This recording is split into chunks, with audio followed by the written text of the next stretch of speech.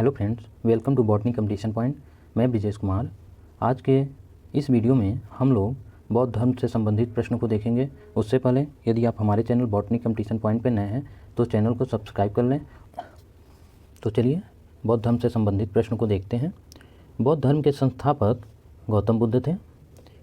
बुद्ध जी का जन्म 563 ईसा पूर्व में कपिलवस्तु के लुम्बिनी वन रुमिनदेई नामक स्थान पर हुआ था। इनका बचपन का नाम सिद्धार्थ था। इनके पिता का नाम शुद्धोधन तथा माता का नाम माया देवी अथवा महामाया था, जो कोलीगढ़ राज्य की कन्या थी। इनके पिता शुद्धोधन शाक्यगढ़ के मुखिया थे। गौतम बुद्ध के जन्म के कुछ दिन बाद इनकी माता की मृत्यु हो गई, अतः इनका लालन पालन इनकी मौसी प्रजापति गौतमी ने किया। इनका विवाह 16 वर्ष की अल्पायु में शाक्य कुल की कन्या यशोधरा के साथ हुआ। यशोधरा का अन्य नाम गोपा या बिंबा भी मिलता है। गौतम बुद्ध के पुत्र का नाम राहुल था। सांसारिक दुखों से व्यथित होकर सिद्धार्थ ने 29 वर्ष की अवस्था में गृह त्याग कर दिया। इस घटना को महाभिनिष्क्रमण कहा गया। गृह त्याग के पश्चात सिद्धार्थ ने वैशाली के आलार कलाम से सांख्य दर्शन की शिक्षा ग्रहण की। इसके पश्चात सिद्धार्थ ने राजगीर के रुद्रक रामपुत्र से शिक्षा ग्रहण की।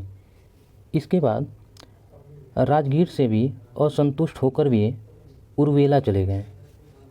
उर्वेला में बिना अन्न जल ग्रहण किए 6 वर्ष की कठिन तपस्या के बाद 35 वर्ष की आयु में वैशाख की पूर्णिमा को निरंजना नदी के किनारे पीपल वृक्ष के नीचे इन्हें ज्ञान की प्राप्ति हुई। ज्ञान की प्राप्ति को निर्वाण कहा जाता है। अब ज्ञान प्राप्ति के पश्चात सिद्धार्थ बुद्ध कहलाए। जहाँ उन्हें ज्ञान प्राप्त हुआ वह स्थान बोधगया नाम से प्रसिद्ध हो गया। इस प्रथम उपदेश को बौद्ध ग्रंथों में धर्म चक्र प्रवर्तन कहा गया है। महात्मा बुद्ध ने अपना प्रथम उपदेश सारनाथ में दिया। सारनाथ का पुराना नाम ऋषिपत्नम भी है। इसके बाद महात्मा बुद्ध ने उपदेश जनसाधारण की भाषा पाली में दिया था। उस समय वहाँ की भाषा जो थी पाली थी, उसमें उन्होंने अपना प्रथम उपदेश दिया था। इसके बाद उन्होंने अपने सर्वाधिक उपदेश कौशल की राजधानी श्रावस्ती में दिए। इनके प्रमुख अनुयायी शासक बिंबिसार, प्रसेनजीत तथा उदयन थे। इसके बाद 483 ईसा पूर्व में कुशीनगर अब पड़ौना जिले के कुशीनारा नामक स्थान पर 80 वर्ष की आयु में इनकी मृत्यु हो गई। इस घटना को महापरिनिर्वाण कहा गया। चलिए बुद्ध के जीवन से संबंधित बौद्ध धर्म के प्रतीकों को देख लेते हैं। गर्भस्थ होना का प्रतीक हाथी है। इनके जन्म का प्रतीक कमल एवं साँड़ है। गृह त्याग का प्रतीक घोड़ा है। ज्ञान का प्रतीक पीपल या बोधि वृक्ष है। निर्वाण का प्रतीक पद चिन्ह है। महापरिनिर्वाण का प्रतीक स्तूप है। एक अनुश्रुति के अनुसार मृत्यु के बाद बुद्ध के शरीर के अवशेषों को 8 भागों में बांटकर उन पर 8 स्तूपों का निर्माण कराया गया।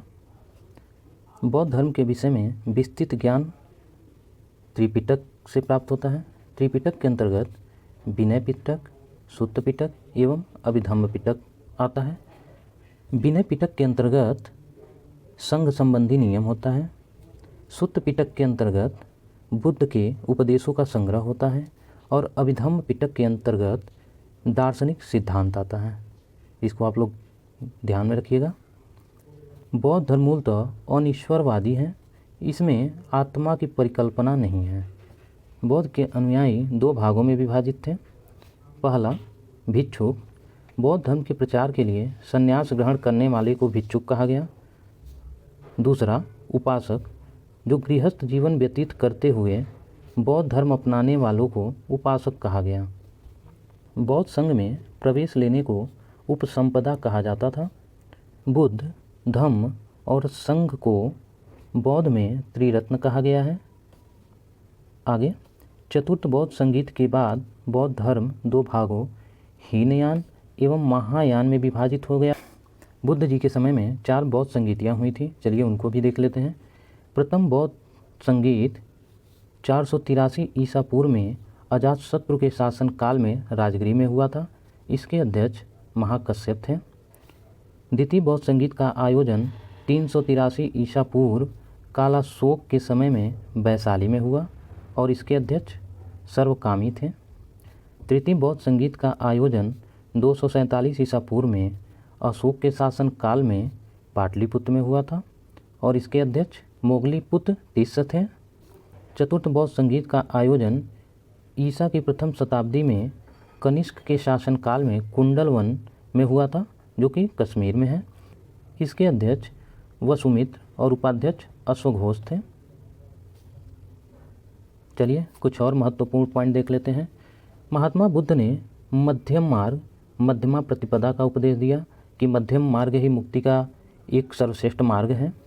बौद्ध धर्म जैन धर्म के समान अनिश्वरवादी है। बौद्ध धर्म आत्मा के अस्तित्व को स्वीकार नहीं करता, जबकि पुनर्जन्म में विश्वास करता है। जातक कथाओं में भगवान बुद्ध के पूर्व जन्मों की कथाएं वर्णित हैं। किसमें? जातक कथाओं में।